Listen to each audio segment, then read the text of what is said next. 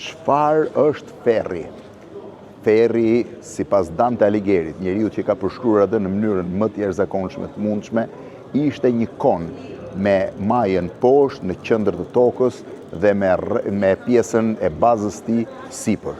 Në fakt, sipas Dante Alighieri, i cili publikoi 3 libra, njëri prej cilëve ishte Ferri, mbi portën e ferrit kishte një thënie të jashtëzakonshme: lasciate ogni speranza voi che entrate qui. Lëreni çdo shpresë ju që hyni këtu. Ferri është pjesa më e tmerrshme e jetës së përtejshme sipas Dante Alighieri, ku mëkatarët vuajnë mëkatet e tyre. Po nga se përbëj ferri. Në fakt jam në një nga zonat më interesante të Firencës, jam në këtë pjesë këtu, ku siç e shihni janë të shënuar, ja dhe pjesa tjetër. Kjo është shtëpia ku Dante Alighieri jetoi më shumë se sa 700 vjet më parë.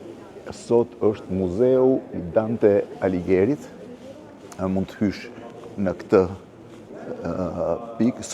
Kjo është pjesa e muzeut të artistëve, pra po themi një sallë ekspozimi e artistëve, ndërkohë që e gjithë shtëpia ku përfshihet edhe busti i Dante Alighieri, pastaj do t'ju them se nga se përbëj ferri, është kjo këtu, ja dhe busti, kulla është e njëjta siç ka qenë në fund të viteve 1200, ai e shkruajti ferrin rreth fillimit të viteve 1300. Në fakt nuk shkruajti ferrin, do t'ja tregoj të gjithën.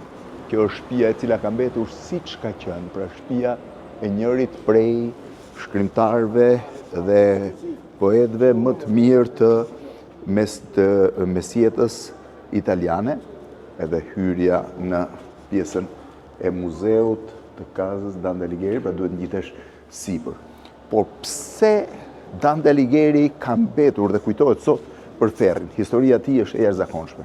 Ai publikoi Komedinë hyjnore, e cila përbëhej nga 3 libra, rreth 40 këngë, është një prej veprave më të rralla dhe më të rëndësishme të historisë poezisë botërore.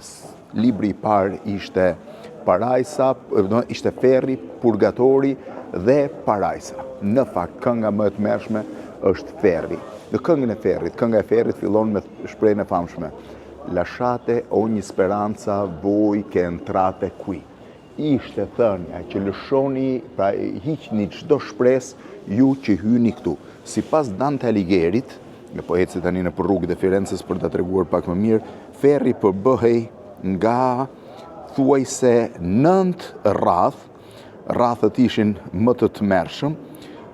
Rrethi i parë ishte rrethi i atyre që limbi, pra ishte rrethi pa tortura fizike, kryesisht ishin shpirtrat virtytshëm dhe që nuk kishin pasur probleme, edhe pjesa tjetër e shtëpive të Firencës. I dyti ishte rrethi i lakmisë seksuale, i treti ishte rrethi i grykësisë, i katërti ishte lakmia dhe shpërdorimi, i pesti ishte zemërimi dhe apatia, ndërsa i 6 ishin heretikët, ata që nuk besonin, të 7 ishin njerëzit që ushtronin dhunë, të 8 ishin mashtruesit dhe rrethi më i frikshëm ishte rrethi i tradhtisë. Tradhtia në fakt, si thuaj, supervizohej nga vetë Luciferi. Dhe pse ishte kjo ide, dhe pse rrethi i 9 ishte rrethi më i frikshëm? Në fakt, gjëja shumë interesante, sepse në rrethin e 9, ndryshe nga pjesa më e madhe e vuajtësve të dënimeve në ferr, nuk digjeshin zjarr, nuk kishin tortura fizike, po ngriheshin akull. Sipas Dante Alighierit, vuajtja më e tmerrshme është ngrirja. Ngrirja e gjithçka, kishte disa struktura të ngrirjes.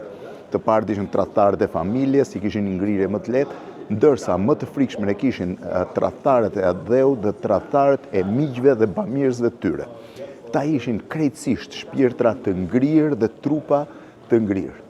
Struktura e ferrit është një nga strukturat më të tmerrshme. Dante Alighieri u bë i famshëm për mënyrën se si e përshkroi atë. Sipas tij, gjithçka digjej në ferr, ferri digjej nga flakët dhe nga torturat fizike.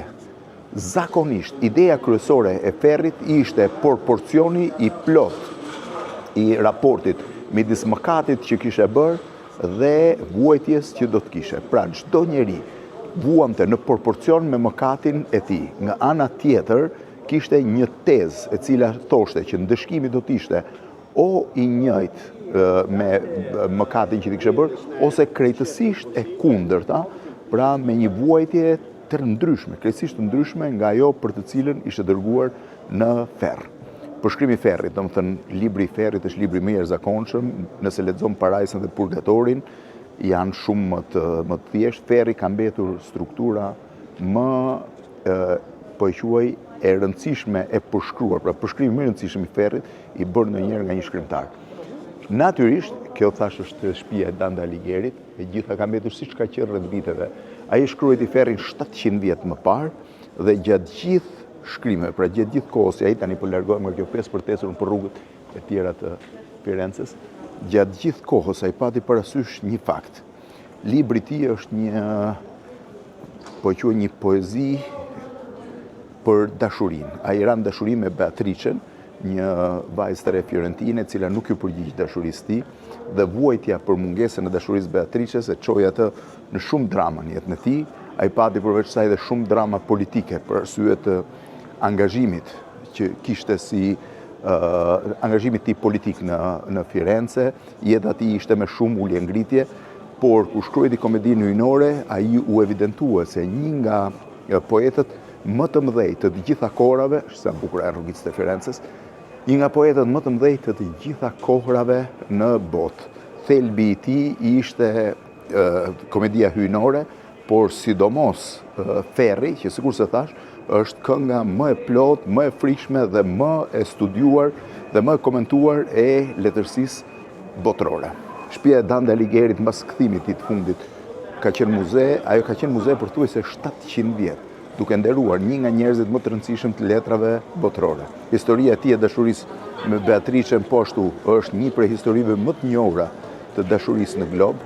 Rrallë një histori dashurie ka pasur kaq shumë vëmendje, kaq shumë përmendje dhe kaq shumë shtrirje në të gjithë botën, studiohet në të gjithë botën, ndërkohë që struktura që ai fliste për ferrin vijon të mbetet ende sot struktura ku shumë veta shfryn, si thuash, duke kujtuar mënyrën se si e ka ndërtuar ferrin.